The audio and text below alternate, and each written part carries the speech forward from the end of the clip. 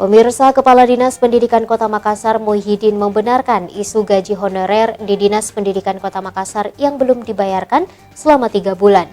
Akan tetapi hal tersebut disinyalir akibat sejumlah honorer yang belum melengkapi syarat administrasi sehingga menjadi kendala penyaluran gaji.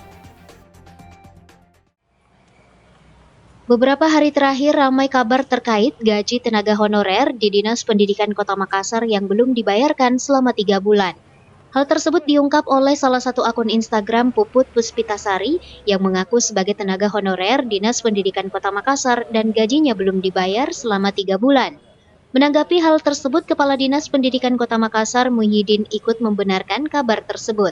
Akan tetapi, ia membantah jika pihak Dinas Pendidikan yang menahan gaji para tenaga honorer. Muhyiddin menegaskan, gaji yang belum dibayarkan selama 3 bulan terakhir disebabkan oleh sejumlah tenaga honorer yang belum melengkapi syarat administrasi, sehingga menjadi kendala penyaluran gaji.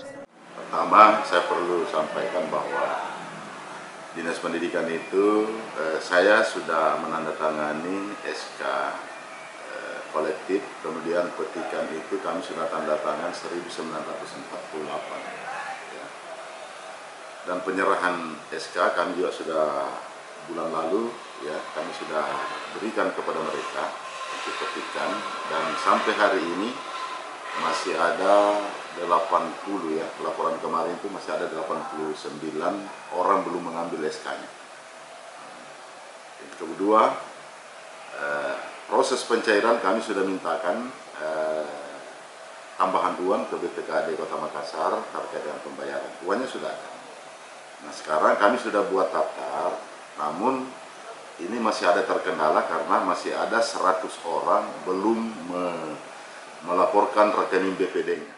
Saat ini pihaknya masih terus menghubungi sejumlah tenaga honorer yang belum melengkapi syarat administrasinya. Ia menyampaikan bahwa biaya gaji sudah tersedia dan akan dibagikan dalam waktu dekat. Fitri Herunisa, Slebes TV.